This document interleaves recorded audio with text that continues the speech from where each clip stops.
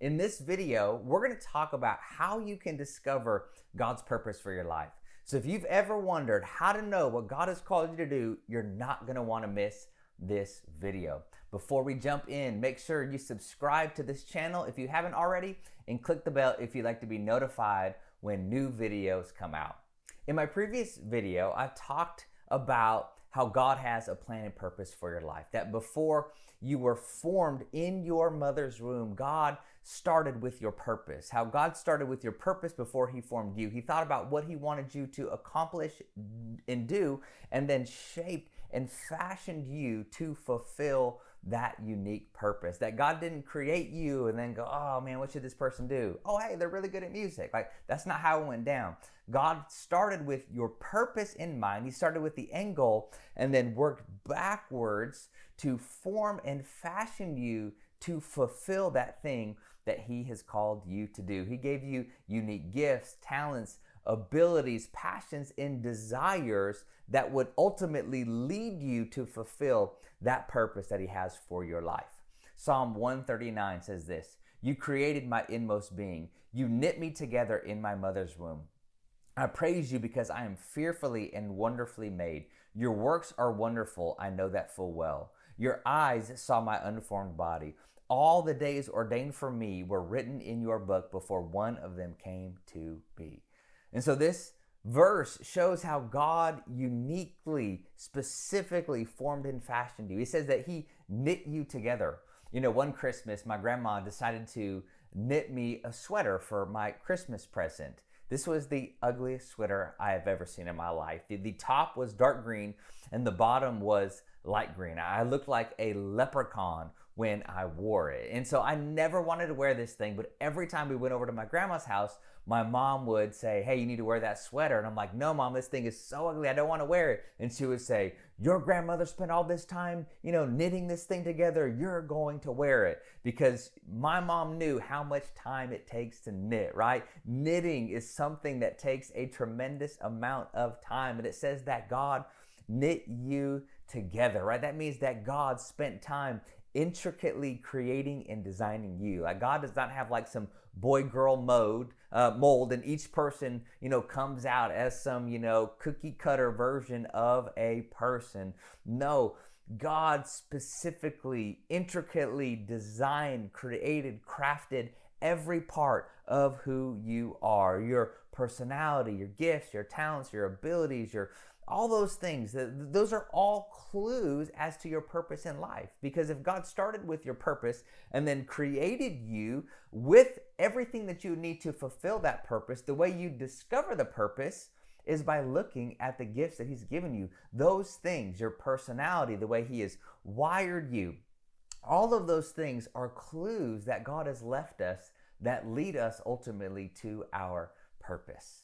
Ephesians 2:10 says that we are God's masterpiece. He created us anew in Christ Jesus so we can do the good things He has planned for us long ago. Like, you are God's masterpiece, not God's photocopy. A photocopy are exact copies of an original produced in mass quantity. And there is nothing photocopy or mass produced about your life. You are a masterpiece. That definition is a work of astounding artistry, skill, or workmanship, right? A masterpiece is considered to be the greatest achievement of an artist's life or their career. Like the Mona Lisa was Leonardo da Vinci's masterpiece. And God says that you are His masterpiece, a handcrafted, one-of-a-kind work of art, which means there is no one else like you in the history of the world, and there will never be anyone else like you. And so if you want to discover your purpose, then take inventory of the unique gifts that God has given you. Take inventory of the passions that He has placed inside of your heart, right? Not everybody gets passionate about the same thing. Not everything excites every person. There are some things that uniquely excite you, that you get passionate about. Think about your personality, right? Because are you a people person or are you a task person, right? Do you like, routine? Do you like spontaneity? Like all those things about your personality are going to help you and enhance you to fulfill the purpose that God has for your life. Think about your past experiences, right? Like God puts us through training grounds and in different environments where we can learn things that are going to help us accomplish our purpose. And so think about your past experiences, the training, the unique skills that you've picked up along the way, because all of those things are clues to help you discover your purpose. And so if you thought about something that might be a clue to your purpose, something that God had deposited in you that can be used to serve His purpose, to make a difference in the lives of others, go ahead and drop that in the comment box below. I would love to see how the things that God has given you can be used to accomplish His purpose. And by commenting, you might, show somebody something that they overlooked in their life that was actually a gift that God had placed inside of them. 1 Peter 2:9 says this, "But you are a chosen people, a royal priesthood, a holy nation, God's special possession, that you may declare the praises of Him who called you out of darkness into His wonderful light." That word special in 1 Peter 2:9 means distinguished by some unusual quality designed for a particular purpose or occasion. You are special, which means you were designed for a particular purpose, right? God has chosen you because He has a unique purpose for you, that there are things on this earth that only you can do, that nobody else can do them, right? And if they tried to, they wouldn't be able to do it like you can do it, right? There are dimensions of creativity and grace that only you can express. There are people that only you can reach. There are lives that only you can touch. There are people that only you can help.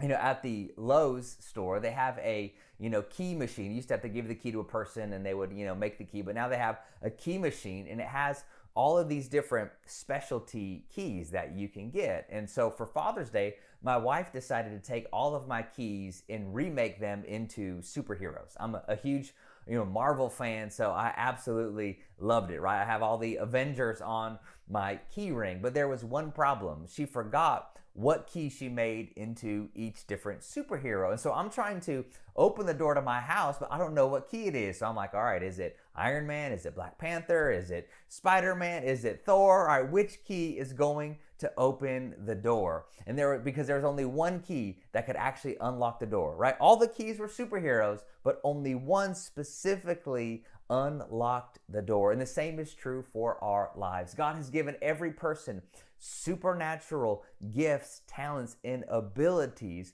but there are some doors that only you can unlock. That God has specifically created you to open certain doors, to do certain things, to reach certain people, to express His character in His nature to the world in a way that only you can, right? To make a unique difference in the lives of others. You were specifically designed for a purpose that nobody else can accomplish. Unfortunately, many people, instead of embracing their uniqueness and leaning into that, they copy and conform to other people around them. And when we lose sight of our individuality and our uniqueness, we miss the mark on our purpose. In 1 Samuel 17, Goliath has been taunting the Israelite army for 40 days and 40 nights. And all the Israelite soldiers were afraid to fight him because he was a giant. He was a champion fighter. And so they were all terrified to fight this guy. When David shows up on the scene, he's just there to deliver lunch to his brothers. And he just happens to be there at the same time where Goliath comes out and starts taunting the Israelite army. And so David hears this and he goes, "Hey, man, what does the guy get for taking this guy out?" And they said, whoever takes this guy out gets great wealth, no taxes for life, and he gets to marry the king's daughter. And David was like, "Man, the hot one or the other one?" He was like, "Oh, it was the hot one." So he's like, "All right, man, I'm in." And so Saul's like, "All right, I finally got someone, to fight him. Not the guy I would have chosen, not the little shepherd boy. But hey, man, we ain't got nobody else who wants to do this." So, he says, "Hey, why don't you put on my armor?" And so David tries on Saul's armor, and it just didn't feel right. He tried walking around in the armor. He felt clunky. He wasn't as agile. He wasn't able to move. It just didn't fit right. And because David wasn't a soldier, he was a shepherd, and shepherds used slingshots. And so David said, man, this ain't going to work. Just give me my slingshot and some rocks, and I got this. And of course, you know the story. He took that one stone, and it hit Goliath right in the forehead, and he went down, and David was victorious. See, I believe that if David had gone out to fight Goliath in Saul's armor, I think he would have been defeated.